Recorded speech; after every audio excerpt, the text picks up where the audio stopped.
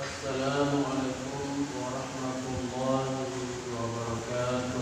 Waalaikumsalam warahmatullahi wabarakatuh. Innal hamdalillah nahmaduhu wa nasta'inuhu wa nastaghfiruh wa na'udzu billahi min shururi anfusina wa min sayyiati a'malina.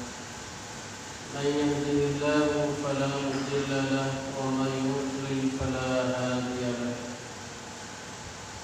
أشهد أن لا إله إلا الله وحده لا شريك له وأشهد أن محمدا عبده ورسوله لا نبي بعده. اللهم صل على محمد وعلى آله وأصحابه ومن تبعه ومن والاه.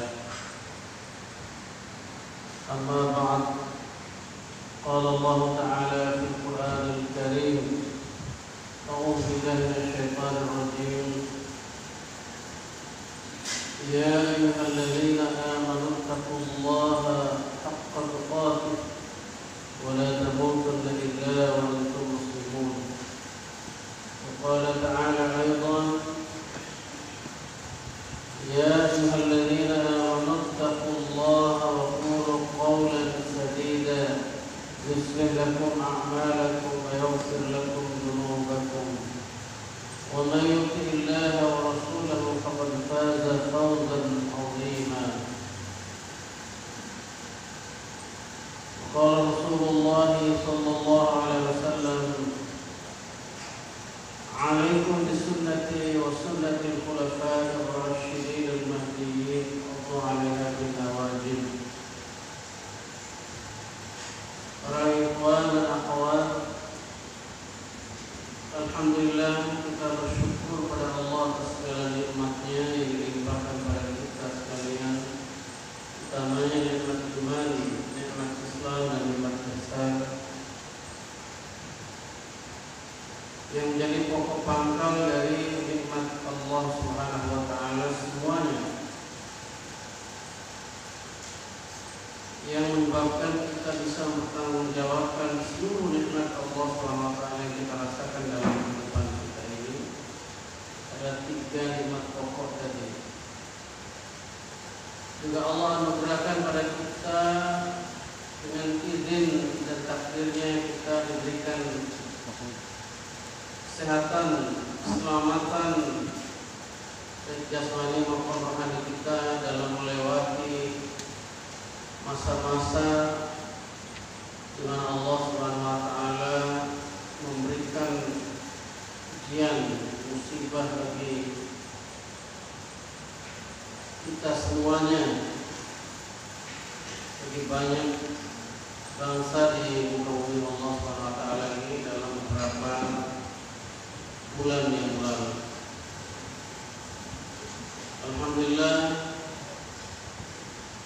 kita pada malam hari ini bisa melanjutkan ta'lim setelah 3 atau 4 bulan berlalu waktu kita tidak melaksanakan beberapa kali ta'lim kajian tafsir. Mudah-mudahan tiap-tiap langkah kita dicatat oleh Allah Subhanahu wa taala di sisi amal yang saleh. Amin. Semoga salawat serta salam Allah limpahkan atas Nabi Muhammad SAW dan orang-orang yang senantiasa mengikuti sunnahnya hingga yaumil qiyamah. Pada malam hari ini, para ikhwan dan akhwat,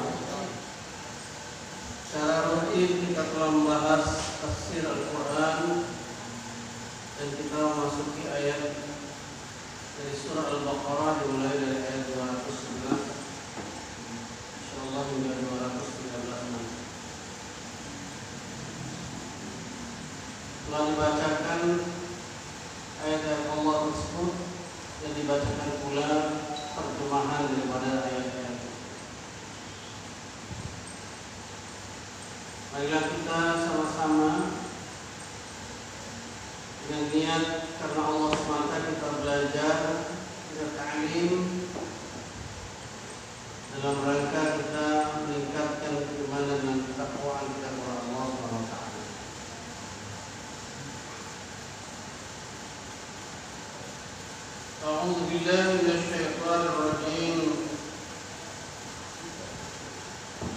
Sal bani Israil kam atainahum min ayatin bayyinah. Di bagian awal dari ayat 211 surah Al-Baqarah.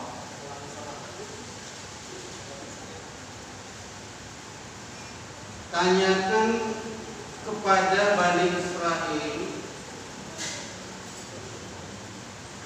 berapa banyak ayat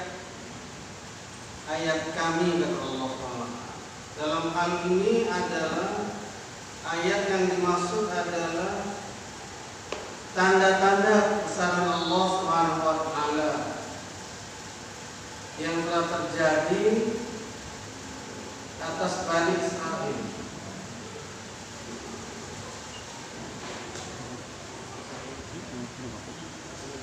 Banyak tanda-tanda yang Allah SWT berikan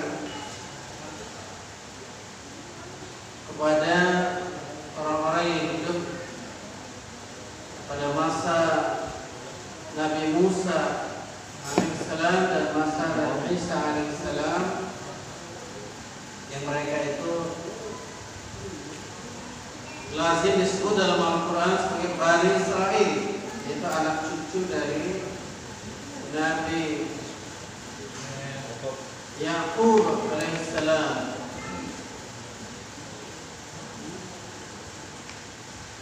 Israel itu adalah nama lain daripada Nabi Yaqub alaihissalam.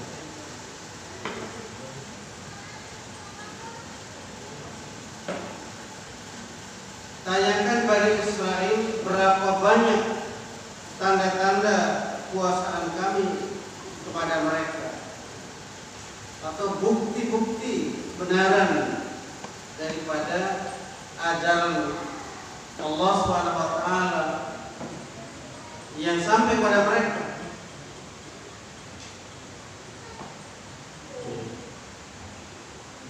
Yang secara nyata, bayyinah artinya secara jelas. Wa man yubaddil ni'matallahi min ba'di ma ja'at. Dan barang siapa yang menukar atau mengganti nikmat Allah sudah datang kepadanya, yaitu nikmat Allah di sini adalah nikmat datangnya tunjuk yang Allah SWT berikan melewati para utusannya. Dalam hal ini utus Allah adalah Nabi Musa alaihissalam dan Nabi Isa alaihissalam.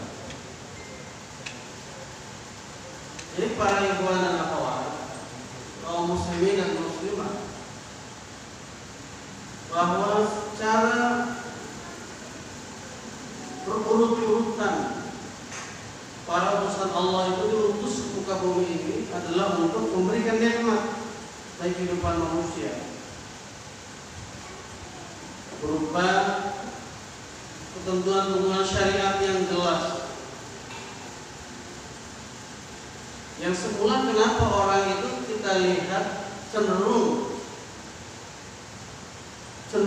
bersatu guyup, tidak ada pertentangan ya, dalam persoalan hidup dari segi kehidupan di dalam masyarakat, karena terkait dengan adat istiadat yang sudah berkembang, yang sudah berkurang.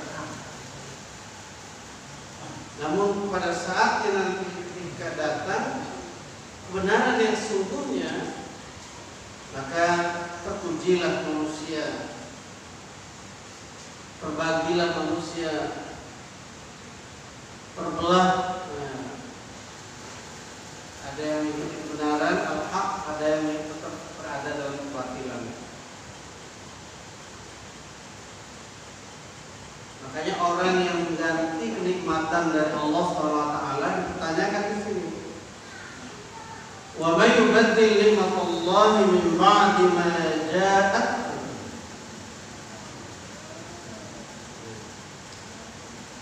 Dan barang siapa yang mengganti nikmat Allah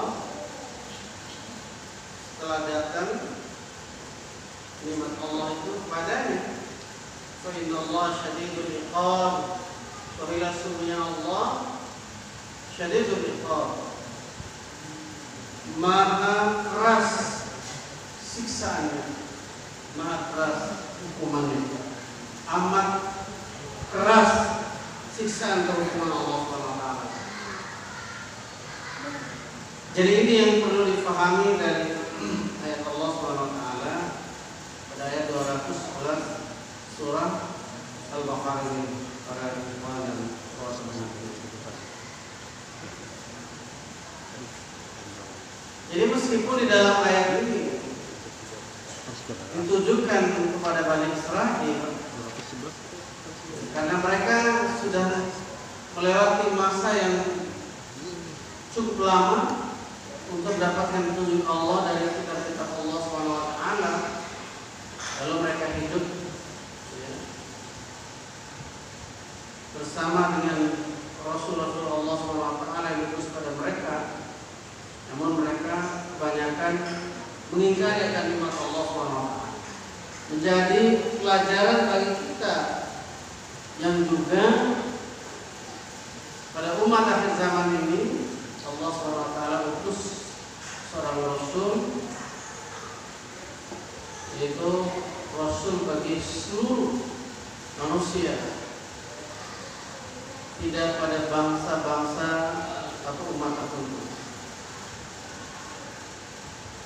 Kita lanjut ayat 200. Zuyyina lilladzina kafarul hayatud dunya. Dijadikan indah bagi orang kafir akan kehidupan dunia. Jadi poin pertama di ayat ini, orang-orang kafir itu senantiasa menjadi tambatan hatinya adalah kehidupan dunia ini. Kalau sudah bicara masalah dunia, siang malam mereka memikirkan dunia ini, ingin mendapatkan sebanyak-banyaknya harta benda sehingga bisa mendapatkan kenikmatan hidup di dunia ini yang lebih besar, lebih banyak. Dan kalau mereka sudah mendapatkannya, pengen hidup lebih panjang, maka disebutkan ingin hidup 1000 tahun lagi. Wa yaskaruna minal ladzina amanu. Dan orang-orang kafir itu mereka menghina orang-orang yang beriman. Karena ini terkait dengan masalah pendapatan, ya, terkait dengan masalah rizki. Seringkali orang jadikan tolak ukur, si anu berhasil dari kampung nyampe ke kota, berhasil. Apa keberhasilannya? Sudah kerjanya bagus, golongannya tinggi, rumahnya besar, kendaraannya bagus-bagus, dan banyak kendaraan, mobilnya, motornya, itu halaman rumahnya sampai kayak lapangan bola. Banyak sekali hartanya, berhasil. Jadi kalau pola pikir seperti itu sudah terdahulu memang warisan dari Bani Israil tadi.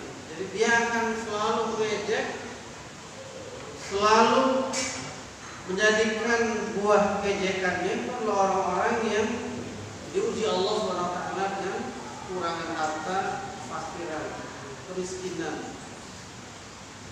Jadi barometer ukuran berhasilnya manusia hidup itu menurut versi orang yang berpikir pada cinta terhadap dunia ini, yang terhias indahkan hidup mereka itu dengan dunia, adalah kalau mereka berhasil mengumpulkan harta yang sebanyak-banyaknya, di atas muka bumi.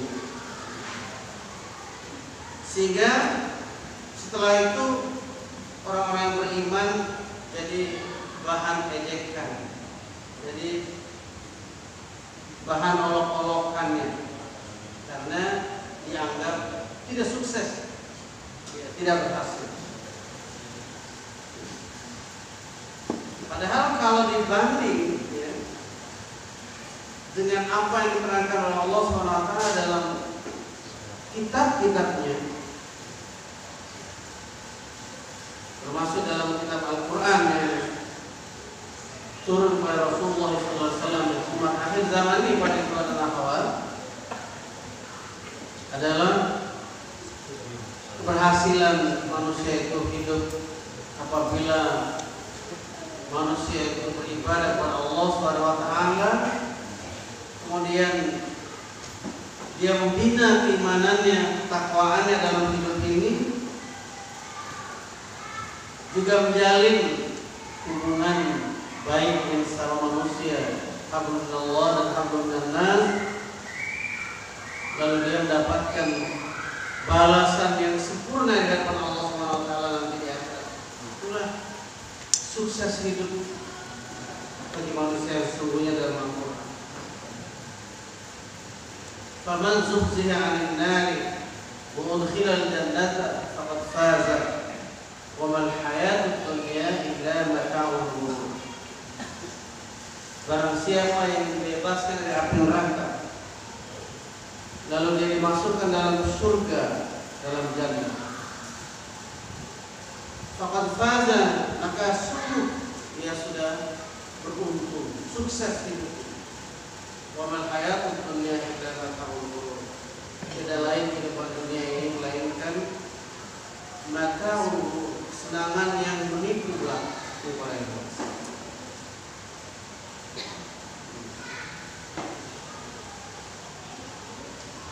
Walladzina taqaw fawqahum yawmal qiyamah.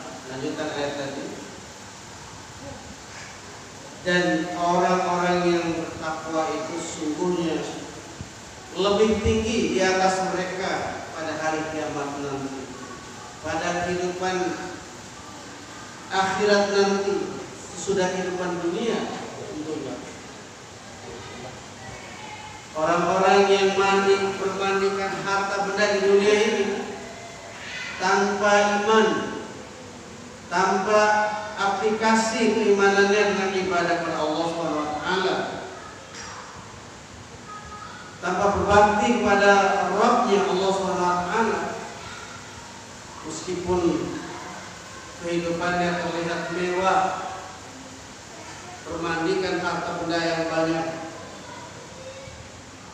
pada hakikatnya nanti di akhirat menjadi orang-orang yang hina, menjadi orang-orang yang rendah, jauh di bawah orang-orang yang bertakwa kepada Allah SWT. Maka dinyatakan orang-orang yang bertakwa itu derajatnya lebih tinggi di atas mereka nanti di hadapan Allah di hari kiamat.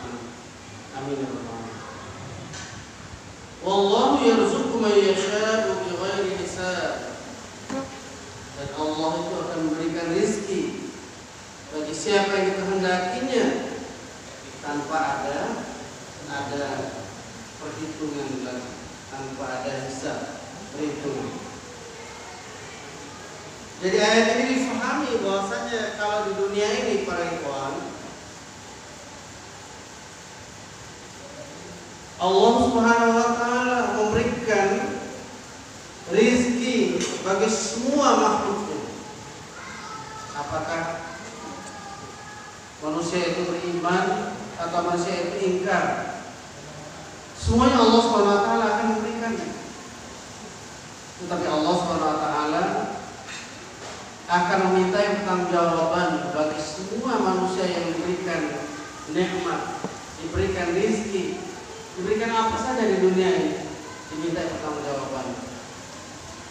Ya.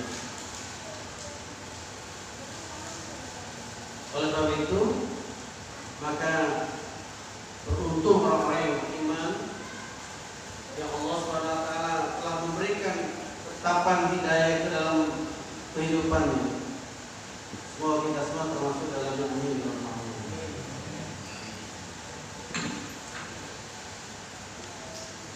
Ayat 213. Kana nasu ummatan wahidah, adalah manusia itu umat yang satu. Jadi manusia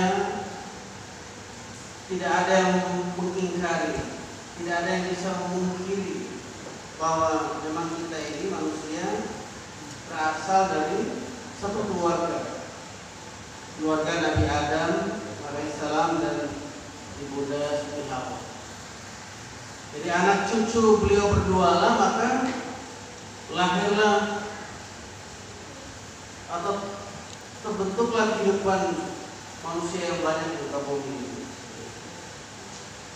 Jadi nafsi wahidah, dari diri yang satu.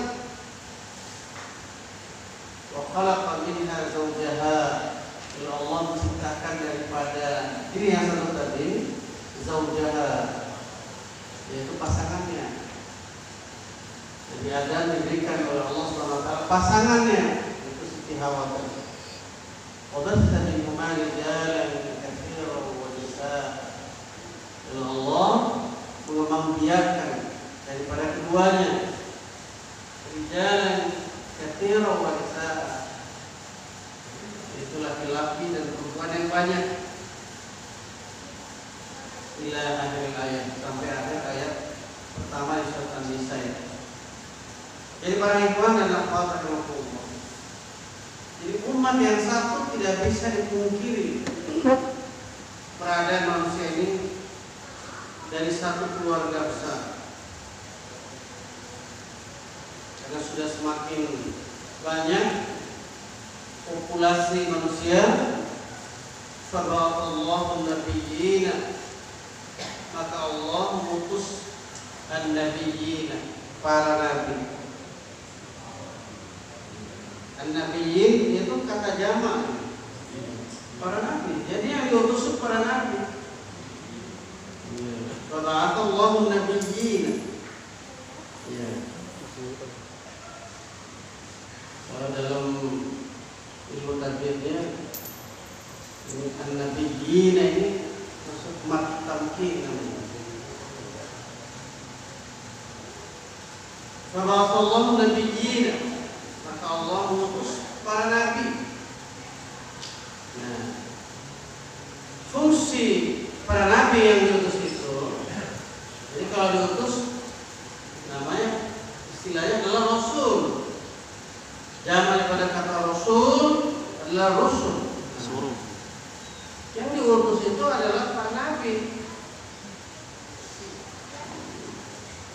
supaya bisa membedakan dari sebutan biasa. Siapa yang diutus? Misalkan dicontoh ini, diutus untuk mewakili suara manusia ke satu tempat, nah, namanya perwakilan. Misalkan, oh ya itu perwakilan, berarti dia wakil, ya. Bukan ketua dong dia, wakil. Wakil tunduk pada yang utusnya. Tapi kalau di dunia perwakilan, wakil jauh lebih tinggi daripada yang utusnya. Jadi lain kata sama perbuatan dunia ini ono-ono wae. Terbuka aja. DPR itu kan katanya mewakili rakyat. Nah, ini kalau bicara yang benar gitu ya.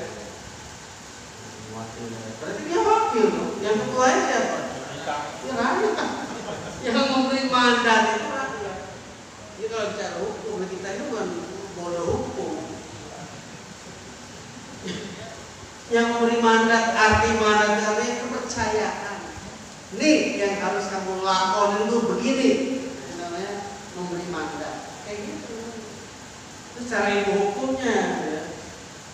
Tapi kita tidak melewati ilmu hukum itu. Kita melewati ilmu hukum Allah yang benar. Jadi Allah memberi mandat kepada seluruh manusia itu. Ani abudullaha wajtanibu taghut. Mereka itu menyembah Allah, jauhi taghut. ini sebagai perwakilan di muka bumi ini. Gitu. Itu yang benar. Kalau yang pertama contoh tadi itu asal dia sudah jadi wakil, udah tentang-tentang aja, terserah dia. Terserah saya. Itulah manusia ini dapat amanat.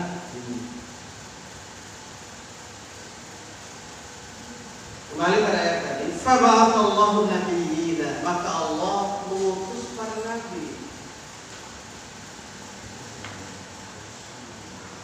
Sebagai apa para nabi ini?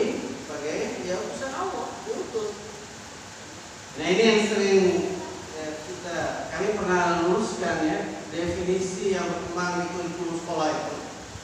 Nabi itu adalah seorang laki-laki yang menerima wahyu dari Allah hanya untuk dirinya sendiri, tidak wajib disampaikan kepada umat. Nah itu. Kalau Rasul baru ada tambahan wajib sampai pada umat. Saya bilang bagaimana seorang sabuk hitam dan 3 petentang-petentang yang disebut pelatih padahal tidak pernah melatih orang. Coba pikirin itu. Seorang karateka sabuk hitam dan 3 disebut simpe apa? Tidak kalau dia tidak pernah melatih orang. Itu maksudnya. Disebut nabi itu karena dia mubasyirina wa mundirina. Ya, membawa atau memberikan, menyampaikan berita gembira dan berita ancaman. Itu fungsinya, tugas pokok daripada para nabi itu. Ini sangat terpengaruh definisi tadi oleh orang-orang yang tidak ingin benarnya pemikiran pemahaman umat Islam ini tentang nabi. Definisi nabi saja sudah dipelintir. Para guru, para ikhwan, itu gurunya guru itu bisa dipastikan adalah nabi. Karena orang pertama yang diberikan Allah ilmu adalah para nabi. Jadi para guru itu adalah gurunya mereka, profesornya, guru besarnya adalah para nabi. Gitu. Setelah kemari orang-orang barat sana dipelintir ilmu ini tidak ada urusan dengan para nabi. Sampai yang bisa bikin kapal itu ilmunya siapa tadi? Itu ilmu dari pemberian Allah yang diterima oleh Nabi Nuh alaihissalam. Terjadilah bahtera yang begitu besar, teknologi yang begitu canggih, yang manusia hanya mempelajari fosilnya saja, kayunya saja. Tidak pernah mereka berpikir bagaimana pemasangan kayu ini sehingga begitu kokoh. Nah, baru-baru ini kita lihat ada orang nggak pernah pakai paku di Jepang bikin jembatan melengkung ini tidak pakai paku, disambungnya kayu begitu rapat, melengkung bisa buat naik di atas itu mobil. Konstruksi yang begitu hebat. Tanpa menggunakan itu baru orang Jepang zaman saiki. Bagaimana Nabi Nuh yang membawa bahtera begitu besar dengan umat yang begitu banyak, bukan hanya manusia, binatang semuanya pada berpasangan di seluruh makhluk Allah SWT. Ini. Tapi memang main pelintir tadi itu paling pintar orang-orang kafir itu. Dia selalu memperkecil, ya, supaya kita berpikir kecil tentang tugas para nabi. Ini nabi ini pemimpin umat jauh lebih besar daripada para raja, para ibadah. Hanya kenapa sedikit umat yang ikut sedikit. Tadinya memang dipersiapkan untuk memimpin umat yang banyak. Persoalan kalau tidak diikuti oleh umat yang banyak, apa dia gagal di nabi? Tidak gagal. tidak ada. Seperti itu para ikhwan. Dan kembali lagi, karena hawa nafsu manusia sehingga menjadikan mengkerdilkan pemahaman definisi tentang kepemimpinan para nabi ya. Yang lebih besar itu justru definisi tentang kepemimpinan raja-raja yang terbesar. Jadi nabi itu bagian kecil daripada raja-raja, bagian kecil daripada presiden-presiden, perdana menteri. Seperti itu maunya manusia itu. Padahal seorang nabi yang diutus pada satu bangsa, bayangkan saja bangsa Bani Israel itu pada saat itu meliputi apa saja, wilayah sampai di mana, yang warna kulit yang sama, bahasa yang sama, tapi mereka menjelajah dunia yang banyak. Jadi tugas nabi itu mubasyyirin wa mundhirin. Jadi bagaimana bisa didefinisikan tidak menyampaikan ilmu sedangkan telah diberikan ilmu? Tidak masuk akal. Seorang kuliah di Fakultas Ilmu Pendidikan, Fakultas Keguruan, ya. Kalau di Yayan PAI, Pendidikan Agama Islam dan Bahasa Arab, Tarbiyah. Terus sudah dapat degree kita kesarjanaan, sudah S1. Tidak ngajar, gimana itu? Tidak pernah ngajar. Jadi dia ilmunya hanya untuk dirinya, tidak pernah ngajar. Keluar dari rumah tidak ngajar orang. Dipanggil guru kan dia? Ya, tidak disebut guru. Jadi begitu maunya orang-orang yang ingin mencelakakan manusia itu memberi definisi yang salah tentang nabi. Wa anzala ma'ahumul kitaba bil haqq, dan telah diturunkan bersama mereka al-kitab, sebuah kitab. Jadi masing-masingnya mendapatkan sebuah kitab bil haqqi, yang berisi al-haq, kebenaran. Untuk apa kitab yang berisi kebenaran ini? Berarti kitab ini biar paham orang-orang yang ahli hukum sekarang ini, yang sarjana hukum ini, yang S1, SD, S3 hukum ini. Jadi ini hukum yang pasti itu dari Allah. Bil haqqi, lihat untuk memberikan keputusan. Ya. Jadi keputusan ini berupa aturan. Yang ini benar, ini salah. Yang semula tadi kesepakatan kita begini ternyata salah. Dan sumber aslinya dari pencipta kita yang benar ini. Nah, harus tunduk kita, gitu maksudnya.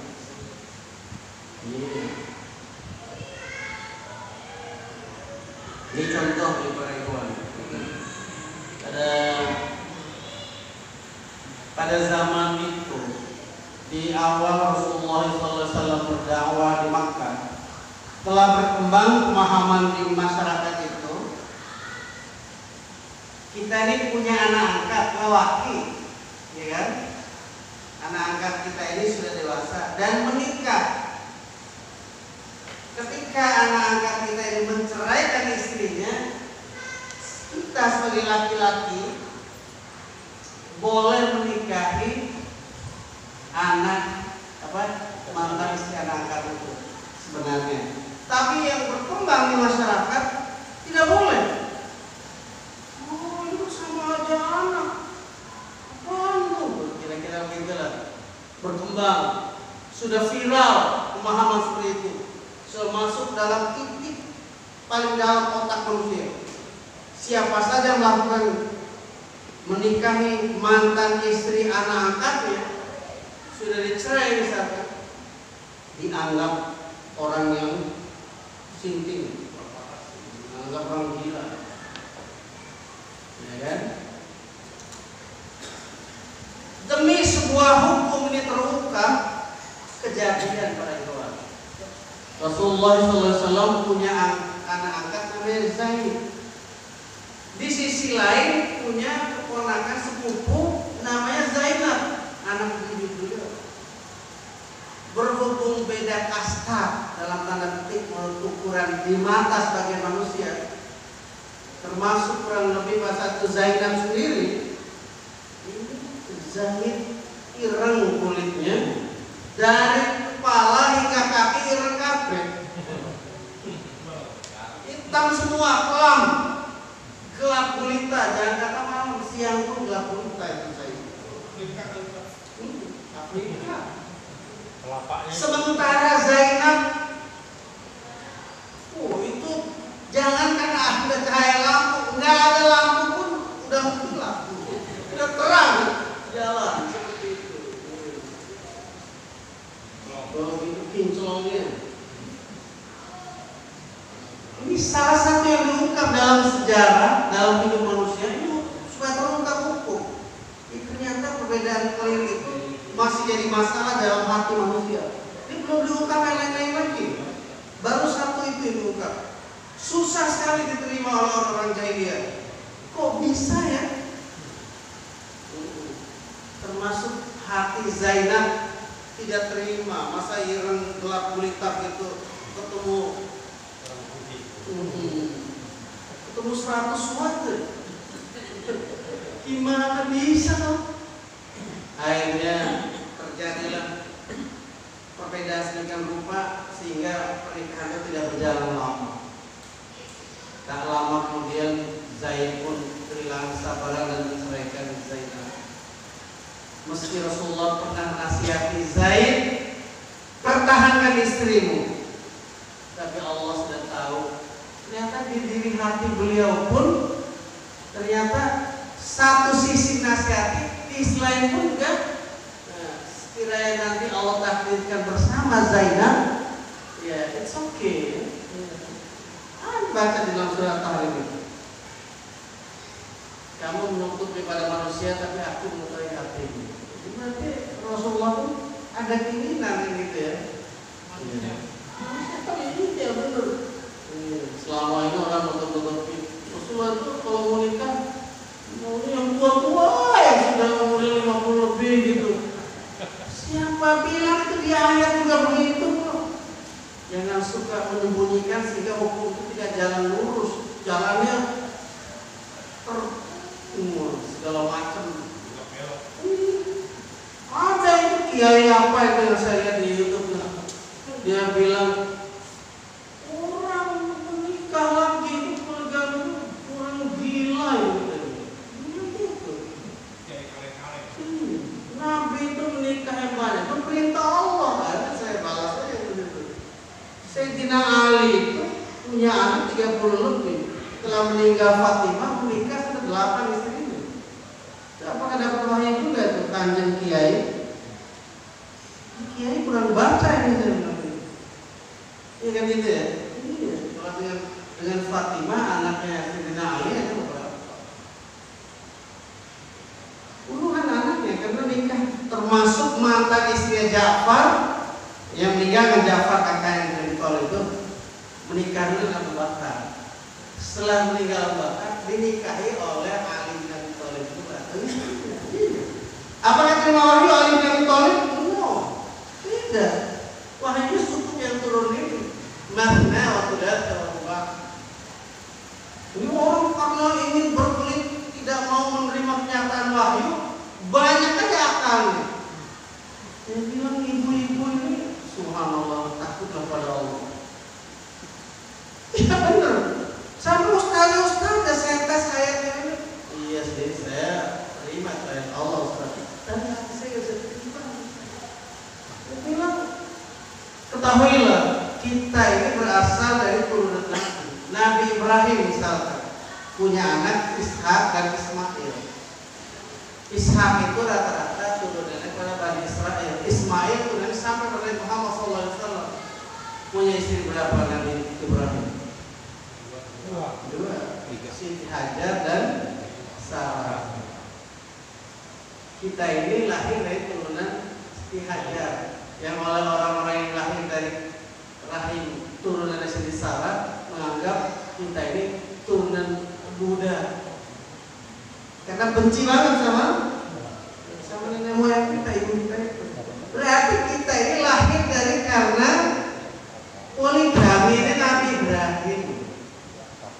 Lagi sangat memalukan kalau sekarang ini orang berklik untuk menolak aturan Allah SWT. Nah ini yang perlu, yang namanya iman kayak gitu para ikhwan. Jadi dengan ibu soal Iran sama putih tadi terjadi penolakan. Akhirnya timbul hukum yang baru. Rasulullah SAW setelah Zaid menceraikan Zainab, maka tidak dilamar Nabi Zainab karena Allah sudah tahu Nabi begitu diceraikan oleh Zaid ini, Nabi pun suka dengan Zainab. Turun ayat yang menikahkan Nabi dengan Zainab.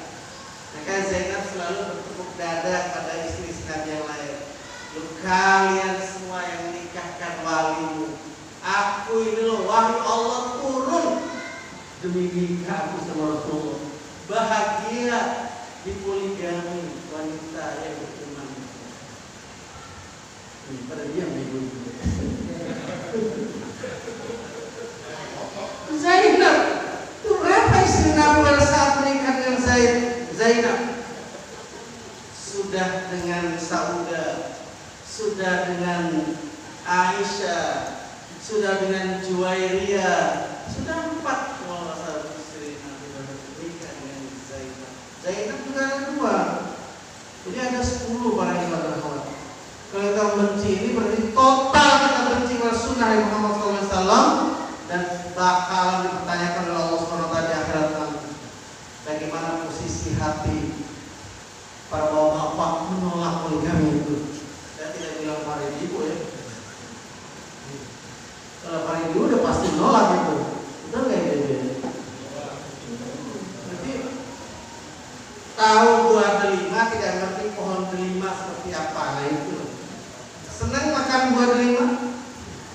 Oh, senang. Tapi kalau lihat pohon benci banget itu, berduri-duri itu jelek pohonnya. Kayak gitu. Orang yang tidak tahu sejarah kita ini sumbernya dari karena Nabi Ibrahim menikahi Sarah kemudian Hajar. Kita lanjut ya ibu ya. Jadi anak angkatnya Zaid tadi itu punya janda namanya Zainab. Masyarakat terikat, wah Muhammad itu bagaimana ya? Masa ini mantan istri anak angkatnya dinikahi pula? Sampai turun ayat Allah SWT. Maka Muhammadun aba ahadin min rijalikum walakin Rasulullah wa khataman nabiyyin. Bukanlah Muhammad itu bapak dari Zaid, salah seorang di antara kalian itu. Bukan bapaknya. Kecuali Zaid itu anak kandung Nabi, itu memang gak boleh. Akan tapi Muhammad itu Rasulullah dan penutup para nabi. Jadi sah-sah saja dia menikah dengan menikahi Zaid. Dan Allah langsung menikahkan. Gak tanggung-tanggung para iman ya. Gak pakai undang-undang sahabat. Kapan lamarannya, kapan gitu, enggak gitu, langsung. Liyahkuma bainan nasi fi mahtalafu fihi. Baru 1, 2 yang perselisihan orang atau 3 yang perselisihan orang diterangin. Udah mau jam 9 berapa?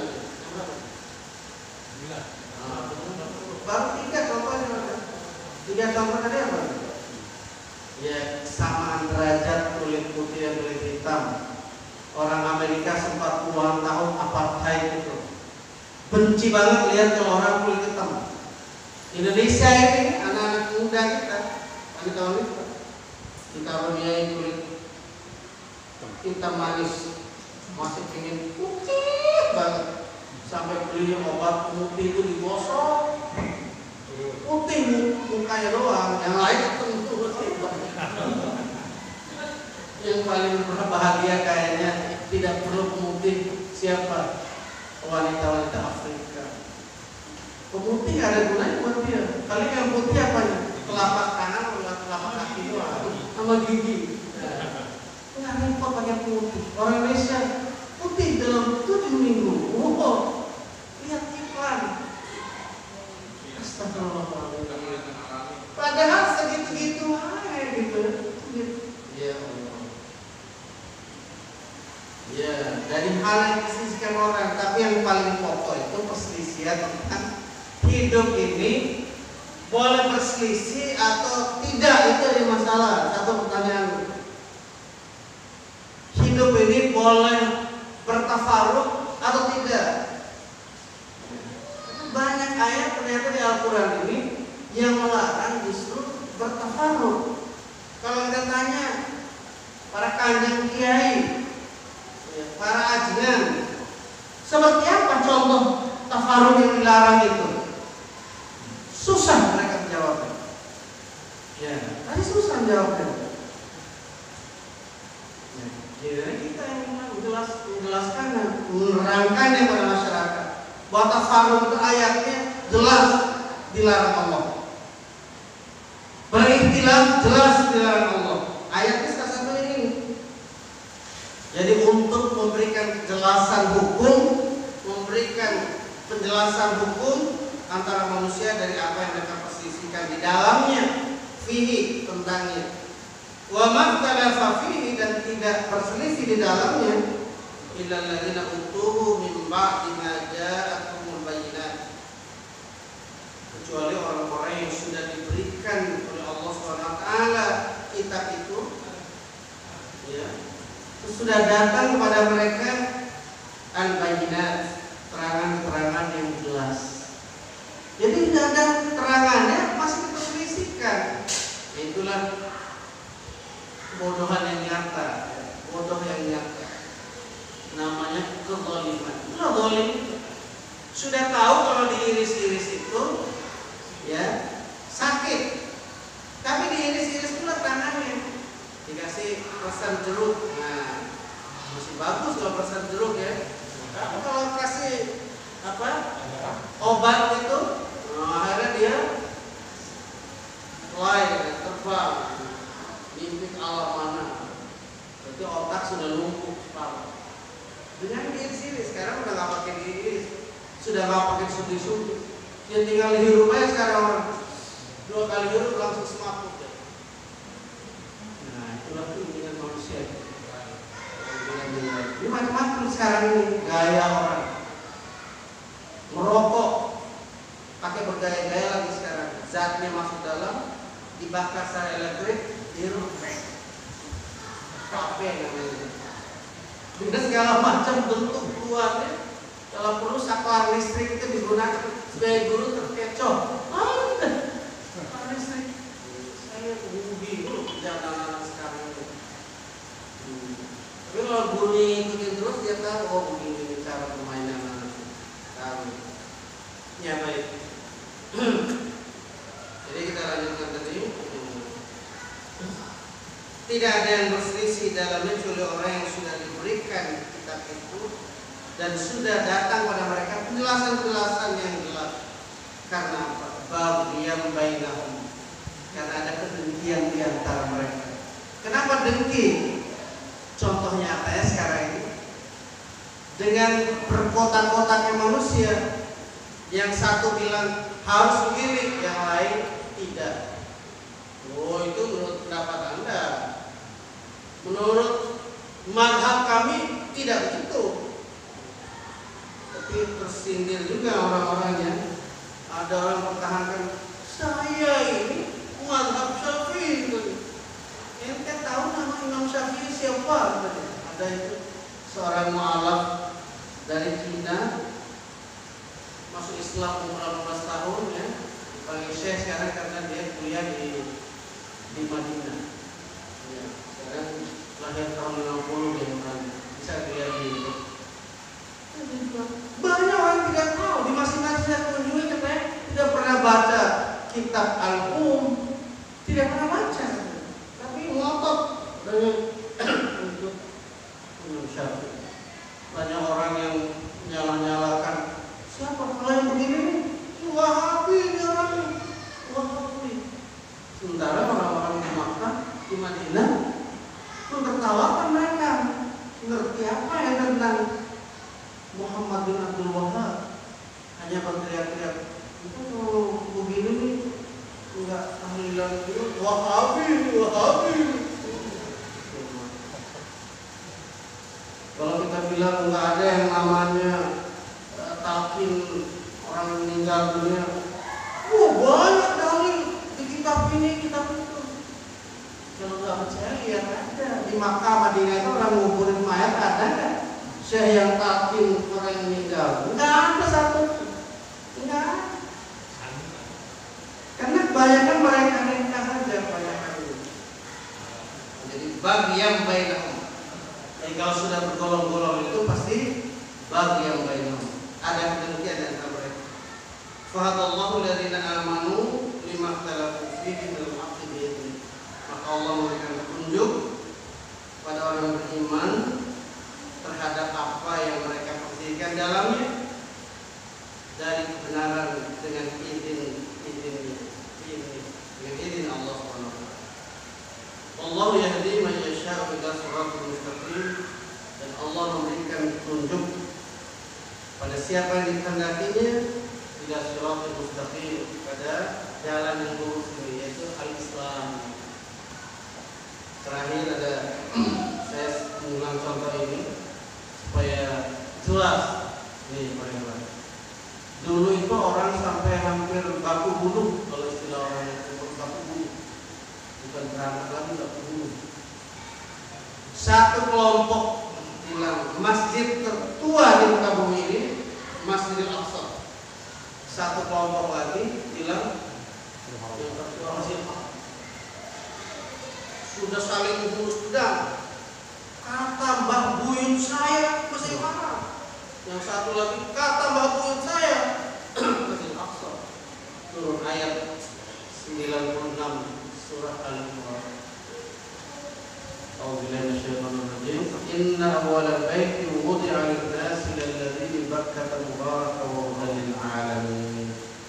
Sesungguhnya rumah tempat ibadah bagi manusia yang pertama di muka bumi ini lalladzi bi Bakkah mubarakan, yang ada di Bakkah yang senantiasa diberkahi Allah Subhanahu wa taala.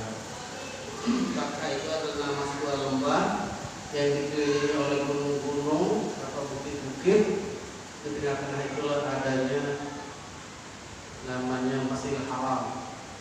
Yang dulu Masjidil Haram kecil, ukurannya 12 kali 12 kali 12 atau kali 11,5 ya. Nah, untuk Ka'bah itu kurang lebihnya. Ini 12 setengah ya? Hah? Iya, ini Ka'bah itu luasnya segini.